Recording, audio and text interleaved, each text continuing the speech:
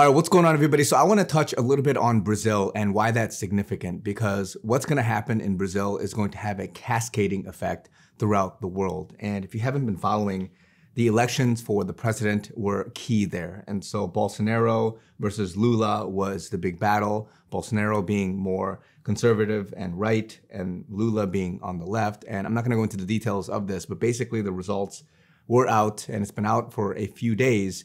But Bolsonaro just made a speech, and I just want to touch on it because there's a lot of similarity with the Trump and Biden, and I don't want to get into quote unquote conjecture because there's some sensitivity, and you can't even share these days your opinion on something and what you believe based on just me discerning the situation without somebody censoring you and saying, no, that's baseless. That's a baseless claim. That's a lie, made up, whatever it is, right? And so this, obviously, you know what happened with 2020.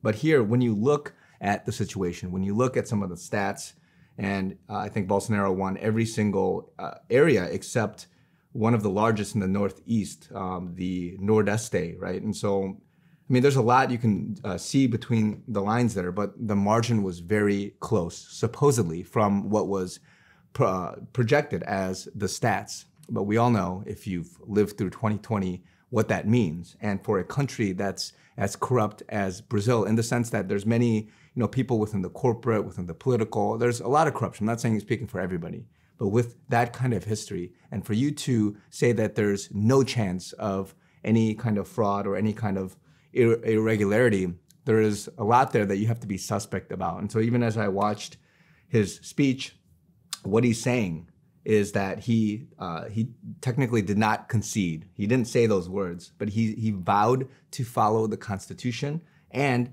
that his administration or some of the people were to begin the transition. And so we all know some of that language from 2020 of the transition. And so whether that's devolution, whether that's something else, that remains to be seen. But to exercise the military, to exercise an audit or whatever it is, there's going to be something there that's involved. And so why do I say all this? It's because as a Christian, you have to be able to continue discerning what people tell you as fact. Hey, believe this, believe that. Hey, everything else you hear, it's a baseless lie. And so you need to believe us. And while everybody else is being demonized, you have people pointing at each other, and you're thinking, man, everybody's calling each other a conspiracy theorist. Everybody else is calling each other the wrong side. That's not the right fact. This is the right fact. And there's a lot of bias behind it, right? So a lot of people saying like, hey, because I'm a doctor, you must believe my medical advice. Just because I have a degree in something, just because I'm a reporter, you must believe what I say, right? And in the end times, they're talking about, they're gonna call good evil and evil good in the Bible. And there's many things that you have to take a hint at to say, man, maybe I shouldn't take something at face value. Maybe I need to be able to discern and ask the Holy Spirit to look at something, a situation, a scenario, and say, there's something off about it. And my spirit is telling me there's something off about this. And so with that kind of margin, with that kind of numbers here, and there's so many things that people are talking about coming out of the grassroots of Brazil, it's reminiscent of what 2020 was. And I believe that with whatever Bolsonaro does in the coming months, it's going to kick off some big things. You're going to see, and you're already seeing some riots, you're seeing some protests, you're seeing a lot of different people coming out of the woodwork and speaking out against this. But you're going to see some heavy fighting back. And so we're at a precipice here where the global elite, whatever you want to call it, the Illuminati or deep state, whatever you want to call it, versus the other people that are trying to fight for the freedom and for the people. These things are coming out from all across the world. It's not just the US, it's not just some countries. You're seeing people fight back because the people that have wanted power and control, their tentacles were in all these other countries, but no more, right? So they're manipulating all the people, paying people off. You're seeing people working technology and working, the IT stuff and so many things, right? And again, people are going to call it, so that's baseless. That's baseless. You can't say baseless. People can't say baseless unless you have confirmed strong evidence for that, right? So a lot of people can't say for or against, but in the spirit, if you're able to discern and say, man, there's something off about that. I may not know the full story, but there's something deeper than what's being told at face value. And I say this because there's going to be a lot of information coming out. There's going to be a lot of different things coming out, whether domestically, if you live in the US, if you're watching me here, if you're watching me from I know a lot of you are international English speakers too.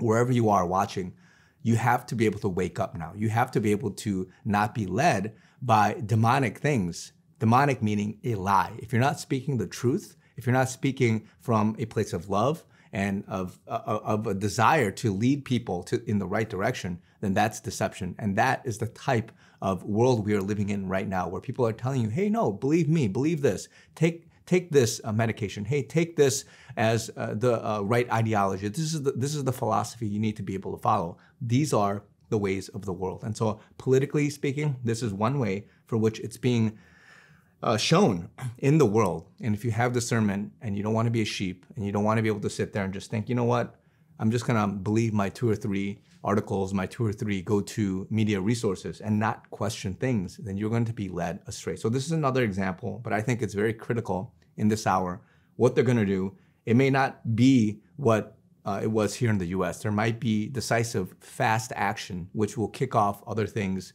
globally, because again, we're in a war. You may not see it, you may not believe it, and you're like, well, what evidence do you have? What, I don't know what you know, or I don't know, nobody knows, like all these different things. But if you're doing enough research, if you're able to discern in the spirit, you would know that there's something deeper than what's being shown at face value. And so I just want to give this as a word of encouragement, guys, because a lot of things are coming. Brazil, they're going to be fighting back. There's going to be a lot of people in uproar. So it's going to be interesting to see what comes out of all this. But what's most interesting in this present moment is the information being shared. So many people thinking, oh, that's baseless, that's misinformation. Hey, you shouldn't be talking about that, when there is freedom of speech, when there is an opinion you can have to say, hey, I believe in my spirit that there is corruption, there's fraud, and something's off about this. And a lot of people, they think they know the facts in this present time, only to be humbled later. And so if you get trigger happy in censoring and banning, thinking, hey, that's baseless, hey, that's conjecture, hey, there's no truth in that,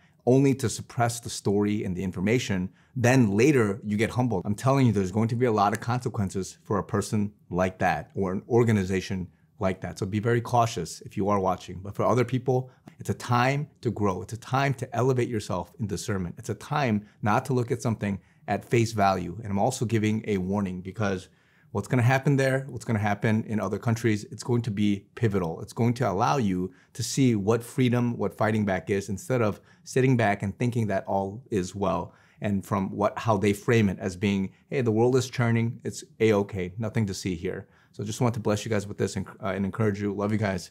Talk to you guys very soon.